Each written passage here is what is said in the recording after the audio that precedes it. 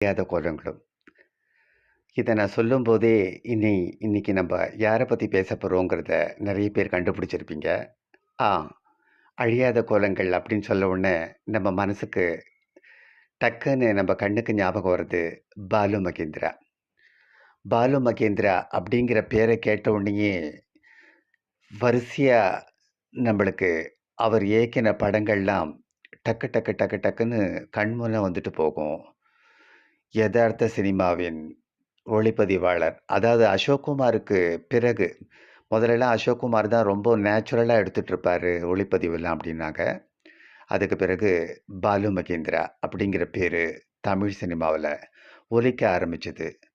பாலு மகேந்திரா அப்படிங்கிற பேர தவிர்த்துட்டு, தமிழ் சினிமா வந்து வரலாற்ற நம்ம முழுமையா எழுதிடவே முடியாது. கரெக்ட்டான ஒரு வார்த்த. 1970ல தமிழ் சினிமா